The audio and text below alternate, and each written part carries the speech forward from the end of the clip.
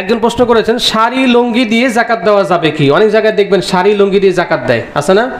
ওই শাড়ি লুঙ্গি, ওই 100 টাকা দামের লুঙ্গি আর 150 টাকা দামের শাড়ি, এটা আনতে যেয়ে আরও 10 জন নিহত হয় ওই জায়গায়। এগুলোর নাম যাকাত না।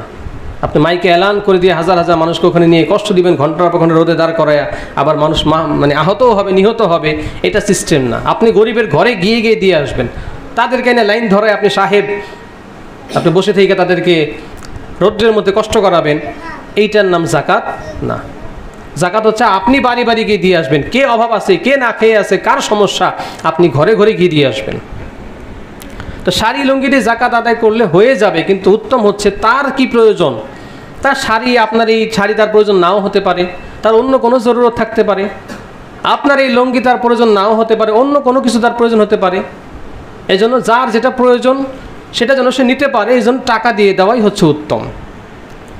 যাকাতের টাকা দিয়ে ইফতার করানো যাবে কিনা, ওই যে ওইটাই আগের কথাই, যে যাকাত আপনি ইফতার করালেন, আপনি নির্দিষ্ট করে দিতে পারবেন না, হ্যাঁ আমার যাকাতের টাকা তুমি ইফতারই করবা না, তুমি সেহরিই করবা না। আপনি টাকা দিয়ে দেন, সে ইফতার করুক, সাহারি করুক, সে অন্য কিছু যা কিছু করুক, এটা হচ্ছে উত্তম। আচ্ছা, নিজের ভাই বোনকে যাকাত দেওয়া যাবে কিনা?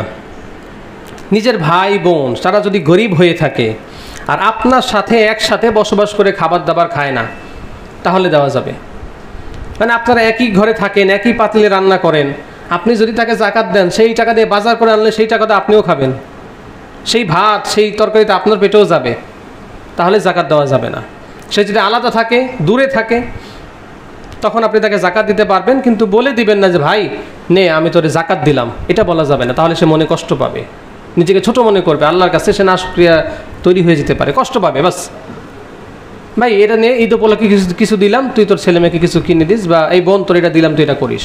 বা যদি বড় হয়, ভাই তোমাকে এটা দিলাম, আপনাকে এটা দিলাম, উল্লেখ করার দরকার নেই। উল্লেখ না করে দিলেও মনে মনে যদি নিয়ত থাকে, হ্যাঁ এটা আমার যাকাতের অংশ, যাকাত আদায় হয়ে যাবে। যাকাতের টাকায় মসজিদ করা যাবে কিনা, বা যাকাতের টাকা মসজিদে দান করা যাবে কিনা? আচ্ছা, গত সপ্তাহের মতো আমি এটা আপনাদের উপরে ছেড়ে দেই, বলেন তো যাকাতের টাকা দিয়ে মসজিদ করা যাবে কিনা? হ্যাঁ যাবে? যাকাতের টাকায় মসজিদ করা যাবে না। মসজিদ আল্লাহর ঘর, এখানে আপনি যাকাত দিতে পারবেন না। যাকাতের হকদার প্রাপ্য হচ্ছে যারা গরিব মিসকিন। এই মসজিদ করা যেত যদি এমন হইতো যে মসজিদে সব গরিব মানুষই আসবে, কিন্তু মসজিদেও কমিটির লোক, সভাপতি, বড় লোক, কোটিপতি, ব্যবসায়ী আসে কি আসে না? আপনি মসজিদে যাকাতের টাকাতে একটা ফ্যান দিলেন, এই ফ্যানের বাতাস ওই কোটিপতিও খাবে, গরিব মানুষটাও খাবে। এই জন্য মসজিদের টাকা যাকাত দেওয়া যাবে না। দ্বিতীয়ত হচ্ছে মসজিদে আল্লাহর ঘর, এখানে যাকাত দেওয়া যাবে না। আচ্ছা, নামাজের মধ্যে কল বেজে উঠলে বন্ধ করা যাবে কিনা? নামাজের মধ্যে কল বাজার তো প্রশ্নই আসে না। আগে থেকেই ইমাম মুয়াজ্জিন তারা মাইকে ঘোষণা করে দেয় ফোন বন্ধ রাখার জন্য। এরপরেও যদি আপনি তাড়াহুড়া করে আসছেন মসজিদে, এসে নামাজে দাঁড়ায় গেছেন, ফোন বন্ধ করার সময় পান নাই বা খেয়াল নেই ঘটনাক্রমে কোনো কারণে, তো সেই মুহূর্তে আপনি কল বন্ধ করতে পারবেন, এবং এটা উচিত, কারণ আপনার ফোনে রিংটোনে আশপাশে মানুষের বিরক্ত হবে, ডিস্টার্ব হবে। তো কীভাবে বন্ধ করবেন? আপনি ফোন বের করে দেখবেন কে SMS দিছে, কে কল দিছে, এরকম কিছু। মিরপুরে এক মসজিদে, আমি নাম বলতেছি না, অবাক হয়ে গেলাম। উনি মসজিদের মধ্যে কল আসতেছে বারবার, অনেক আগের কথা, তখন ছিল বাটন মোবাইল। তো উনি ফোন বের করে বাবা দেখতেছে আর কাটতেছে। তৃতীয়বার সে ফোন ধরে মানে দেখতেছে সে কল দিতেই আছে, কাটতে করতেছে না, আস্তে করে বলতেছে আমি মসজিদে। ওই লোকটা তো মানে রাস্তায় ছিল জ্যামে, সে শুনতেছে না। সে বলতেছে কি, আরে আমি মসজিদে। আরে কি কন, জোরে কন, এই বেটা আমি মসজিদে গেলাম, ফোন রাখ। চিন্তা করে এইগুলো করা যাবে না। আপনি বের করে দেখলেন কে কল দিচ্ছে, তারা দেখে আবার কাটলেন না। আবার অনেকে SMS পাঠায় আই এম বিজি নাও, না। আপনি করবেন কি, পকেটে এক হাত দিয়ে, উপরে হাত, নিচের হাত না, তাও আবার মনে রাখবেন আমাদের ডান হাত থাকে উপরে, বাম হাত থাকে নিচে। ডান হাত দিয়ে আপনি পকেটে হাত দিয়ে, আপনার যদি ধারণা থাকে হ্যাঁ এই বাটন টিপ দিলে আওয়াজটা বন্ধ হয়ে যাবে বা কল কেটে যাবে, আপনি এক হাত দিয়ে কোনোভাবে কেটে দেন, ঠিক আছে? আপনার যেন নামাজের মধ্যে আমলে কাসির না হয়ে যায়, এটা খেয়াল রাখতে হবে। আচ্ছা, আমলে কাসির কি আজকে সময় নেই, আরেকদিন বলবো। কোরআনুল কারীম কি লিখছে? আচ্ছা, অর্থ না বুঝে পড়লে কি সওয়াব হবে কিনা? হ্যাঁ, কোরআনুল কারীম অর্থ না বুঝে পড়লেও সওয়াব হবে, কিন্তু কোরআনুল কারীম শুধুমাত্র পড়লাম, খতম দিলাম, রমজান আসলে একটা দুইটা তিনটা খতম দিলাম, ময় মুরব্বির নামে খতম পাঠাইয়া দিলাম, এই জন্যই কোরআন আসেন নাই। কোরআন আসছে আমাদের জীবন বিধান, আমরা কিভাবে চলবো, কিভাবে নিজের পরিবার চালাবো, কিভাবে দেশ চালাবো, রাষ্ট্র চালাবো, দুনিয়াকে ঠিক করব, আখিরাতকে ঠিক করব, এই জন্য আসছে কোরআন। ওই কোরআন বছরে একদিন হইলো, বাবার মৃত্যুবার্ষিকীর সময় হইলো, আর হাফেজ সাহেব ডাইকা কোরআন খতম দিলাম, রমজানে একটু কোরআন না পড়লে কেমন দেখা যায়, মসজিদে বসে একটু গুনগুনে কোরআন শরীফ পড়লাম, এই জন্য কোরআন আসে নাই। সারা বছর আলমারির উপরে রেখা দেয় কাবার লাগায়, রমজানের আগে ধুলা পরিষ্কার করে। কোরআনের কত মর্যাদা! টিভিরে প্রতিদিন মোছে 2-3 বার, টিভি পরিষ্কার ফকফকা, কোরআনের উপরে ধুলা পড়ে রয়েছে। এই জাতির উপরে গজব আসবে না তো কার উপরে আসবে? কি কথা ভুল বলছি? টিভি পরিষ্কার দেখবেন, টিভির মধ্যে কোনো ময়লা নাই, ফকফকা টিভি। কোরআন দেখবেন ধুলাবালি করে অবস্থা খারাপ হয়ে গেছে। কোরআন শিব কই কই আলমারির উপরে আছে, দেখেন কি অবস্থা। এটা কাপড় নেন, পরিষ্কার করেন, নেন। আহা, কোরআনুল কারীম অর্থ না বুঝে পড়লেও সওয়াব আছে। 3টা জিনিস এমন, যেই জিনিসটার দিকে তাকাইলেই সওয়াব। 3টা জিনিস তাকাইলেই কি সওয়াব। 1 নাম্বার, কোরআনুল কারীমের দিকে তাকাই থাকলেও সওয়াব। সময় নেই, একটা ঘটনা বলবো, মনে করে দিবেন আগামী সপ্তাহে। 3 জিনিস এমন আছে, তাকায় থাকলেই সওয়াব। আপনার পড়ার দরকার নেই কোরআনুল কারীম, আপনি যদি মহাব্বত নিয়ে তাকায় থাকেন, এটা আল্লাহ তাআলার কোরআন, আল্লাহ তাআলার কালাম, নবী আলাইহিস সালামের উপর নাজিল হয়েছে, জিবরাইল আমিন পৃথিবীতে নিয়ে আসছে, আল্লাহ তাআলার কোরআন লাউহে মাহফুজে ছিল, এভাবে কোরআনুল কারীম সম্পর্কে চিন্তা ভাবনা করে মহাব্বতের সাথে তাকায় থাকেন, পৃষ্ঠা খুলে পড়তে পারেন না, পৃষ্ঠা উল্টাইতেছেন, চোখের পানি ছাড়তেছেন, আমার আল্লাহর কালাম, এটা আমি পড়তে পারতেছি না, হাজা কালাম রব্বি, বাস এটাও সওয়াব। 2 নাম্বার, কাবা শরীফ, কাবার গিলাফের দিকে যদি আপনি অঝোর দৃষ্টিতে তাকিয়ে থাকেন, মহাব্বত নিয়ে চোখের পানি ফেলে যদি তাকিয়ে থাকেন, এই কাবা শরীফ, সমস্ত নবীরাই কাবা শরীফে আসছেন, আদম আলাইহিস সালাম থেকে নিয়ে ইব্রাহিম আলাইহিস সালাম, আমাদের নবী, সব নবীরাই কাবা শরীফে আসছেন। এই কাবা আল্লাহর ঘর, বাইতুল্লাহ শরীফ, আর কখনো আসা নসিব হয় কি হয় না জানি না, চর্মচক্ষু দিয়ে এই কাবা শরীফ আল্লাহ দেখাইছেন। এই কাবা শরীফের মহাব্বতে যদি কাবার দিকে তাকায় থাকেন, তাহলেও আল্লাহ তাআলা আপনাকে সওয়াব দিয়ে দিবেন। 3 নাম্বার, পিতামাতা। পিতামাতার দিকে যদি আপনি মহাব্বতের দৃষ্টিতে একবার তাকান, আপনার মায়ের দিকে যদি মহাব্বতের দৃষ্টিতে একবার তাকান, নবী আলাইহিস সালাম বলেন তাকে আল্লাহ তাআলা কবুল উমরা হজের সওয়াব দান করে দেন। আরো জোরে বলেন সুবহানাল্লাহ। সাহাবায়ে কেরাম বলেন, ইয়া রাসূলুল্লাহ, ইয়া হাবিবাল্লাহ, কেউ যদি কার মায়ের দিকে তার প্রতিদিন 70 বার তাকায়, তাহলে কি হবে? নবী আলাইহিস সালাম বলেন, কেউ যদি তার মায়ের দিকে প্রতিদিন 70 বার নেক নজরে তাকায়, মহাব্বতের নজরে তাকায়, আল্লাহ তাআলা তার আমলনামায় 70টা উমরা হজের সওয়াব দিয়ে দিবে। এই মা আমাদের ঘরে আছে, আমরা জানি না কি রত্ন, কি মানিক আমাদের ঘরে আছে, কি সম্পদ আল্লাহ আমাদের দিয়ে রাখছেন।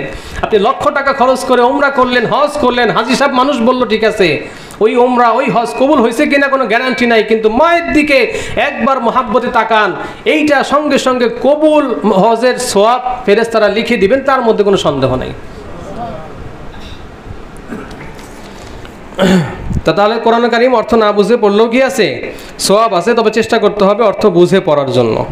আচ্ছা, অজুর পরে হাঁটু খুলে গেলে অজু ভেঙে যায় কিনা? অজুর পরে মানে হাঁটু খুলে গেছে, লুঙ্গি হোক বা যে কোনো কাপড় চেঞ্জ করতে গিয়ে হাঁটু ওপেন হয়ে গেছে, তার অজু আছে কিনা কে বলতে পারবে? অজু আছে? আছে? আচ্ছা, নাই পক্ষে কে কে হাত তোলেন একটু। নাই। আসের পক্ষে কে কে? আচ্ছা আচ্ছা, উত্তর হচ্ছে আসের পক্ষে যারা, তারা জিতে গেছে। আচ্ছা, তার মানে হাঁটু খুলে গেলে অজু ভাঙে না, অজু ভাঙার কারণের মধ্যে হাঁটু খুলে যাওয়ার কোনো কারণ নাই, কিন্তু এটা অনুচিত, ঠিক আছে? কারণ হাঁটু অনেকে দেখা যায় প্রস্রাব করতে বসলে, মসজিদও দেখা যায় হাঁটু খুলে বসে অনেকে, রাস্তার পাশে তো প্রস্রাব করাই যাবে না, তারপরেও যদি আপনি করেন কোনো কারণে ইমার্জেন্সি, হাঁটু খোলা যাবে না। হাঁটু আপনার সতরের অংশ, মানুষ যাচ্ছে রাস্তা দিয়ে, আপনার হাঁটু দেখতেছে, আপনি প্রস্রাব করতেছেন মসজিদে প্রস্রাবখানায়, হাঁটু খোলা, হাঁটু কিন্তু সতরের অংশ, পুরুষের নাভি থেকে নিয়ে হাঁটু পর্যন্ত, হাঁটুর নিচ পর্যন্ত এটা ঢেকে রাখতে হবে, এটা সতরের অংশ। এই জন্যই ফুটবল খেলা ওলামায়ে কেরাম নাজায়েজ বলেন, ফুটবল খেলা দেখাও নাজায়েজ বলেন। কারণ যারা ফুটবল খেলে, এটা কি ট্রাউজার পরে খেলে না হাফ প্যান্ট পরে খেলে? উল্টে আমলে ডিগবাজিতে পড়ে যেতেছে, ভিতরের গোডাউন মোডাউন সব দেখা যেতেছে। জায়েজ নেই। আচ্ছা আচ্ছা, আর কয়েকটা উত্তর দিয়ে আমি রেখে দিচ্ছি। সাহারি না খেলে কি রোজা হবে? হ্যাঁ, সাহারি খাওয়া হচ্ছে সুন্নাহ। কেউ যদি কোনো কারণে না খেতে পারে বা না খাইলো, দেখা যায় রাত্রে খাইছে, ইফতারি করছে, আবার রাত্রে খাইছে, এখন আর খাইতে পারতেছে না, পেট ভরা, তো সেই ক্ষেত্রে সে সামান্য একটা খেজুর অথবা 1 গ্লাস পানি খেলেও সে সুন্নাহ আদায় হয়ে যাবে। কিন্তু টোটালি যদি না খায়, সুন্নাত থেকে মাহরুম হলো, কিন্তু রোজা হয়ে যাবে। রোজার সম্পর্ক সাহারি খাওয়ার সঙ্গে নয়, রোজার সম্পর্ক নিয়তের সাথে। অনেকে চিন্তা করে, আরে আজকে সাহারিতে উঠতে পারি নাই, এই রোজা রাখুনি কেন? বলে সাহারিতে উঠতে পারি নাই, জাগনা পাই নাই, এই জন্য রাখি নাই। না, এটা কোনো এক্সকিউজ না। আপনি সাহারি খাইলেন না খেলেন, সেটা সুন্নাহর সাথে সম্পর্কিত। রোজার সাথে সম্পর্ক হচ্ছে আপনার নিয়তের। আপনি যদি নিয়ত করেন আগামীকালও আমি রোজা রাখবো, নিয়ত থাকে না এই 30টা রোজা আমরা রাখবো, প্রতিদিনই নিয়ত থাকে, উঠতে পারেন এই কোনো কারণে, সেটা আমার সুন্নাহ মিস হইলো, কিন্তু আমার রোজা হয়ে যাবে। আমি সারাদিন আমরা কি ওইভাবেই থাকবো। আচ্ছা, আজানের সময় নামাজ পড়া যাবে কি? আচ্ছা, এত প্রশ্ন, ঠিক আছে, আমি এটাই শেষ করছি। আজানের সময় নামাজ পড়া যাবে, তবে উত্তম হচ্ছে আপনার এলাকার যে মসজিদে আজান হচ্ছে বা আপনার বাড়ির নিকটে যে মসজিদের আজান, যেটা আপনার কানে আগে আসছে, এটার উত্তর দিবেন। উত্তর দিয়ে পরে আপনি নামাজে দাঁড়ায় যান। এরপরে যদি আশপাশের অনেক আজানও আপনার কানে আসে, সমস্যা নেই। আজানের উত্তর দুইভাবে দেয়, একটা হচ্ছে কওলি, একটা হচ্ছে ফেইলি। কওলি কি? আজানে মুয়াজ্জিন যা বলতেছে আমিও তার সেটাই উত্তর দিচ্ছি। মুয়াজ্জিন বলল আল্লাহু আকবার, আল্লাহু আকবার, আমিও বললাম কি তার শেষ হওয়ার পরে আল্লাহু আকবার, আল্লাহু আকবার।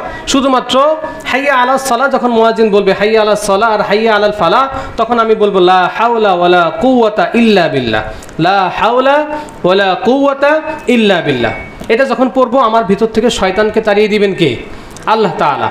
আর মুয়াজ্জিন হাইয়া আলাস সালাহ, আসো নামাজের দিকে আসো, আমার বললাম লা হাওলা ওয়ালা কুওয়াতা ইল্লা বিল্লাহ, বাস শয়তান চলে গেল, আমি নামাজে যাওয়ার জন্য আমার সহজ হয়ে যাবে। আর এই আজানের জবাব দিয়ে এরপরে যে দোয়া করা হয়, আজান ও একামতের মাঝখানের সময়টুকুর দোয়া আল্লাহ তাআলা ফিরান না, ওই দোয়া কবুল করে নেন। এই জন্য আজানের জবাব দেওয়ার সবাই চেষ্টা করব। আজান যখন হয়, আজানের সম্মানার্থে আমরা চুপ থাকবো, যেই কাজ করতেছি কাজকে অফ রাখবো, আজানের জবাব দিব, বাস একটা আজানের জবাব দিয়ে দিয়েছি, আমার দায়িত্ব শেষ। এরপরে আমি নামাজ পড়লে নামাজ পড়তে পারবো, পাশে কোনো মসজিদে যদি আজান হয়ও আমার কোনো সমস্যা নেই। কথা বোঝা গেছে? আল্লাহ তাআলা আমাদের সবাইকে আমল করার তৌফিক দান করুক, সকলে বলি আমিন। রমজানে যত রহমত, বরকত, ফয়েজ আছে আল্লাহ তাআলা সব কিছু আমাদেরকে দান করুক, বলে আমিন। আর আমরা যারা সুন্নত পড়িনি সকলে সুন্নত আদায় করে নিই। ওয়া আখিরু দাওয়ানা আলহামদুলিল্লাহি রাব্বিল আলামিন।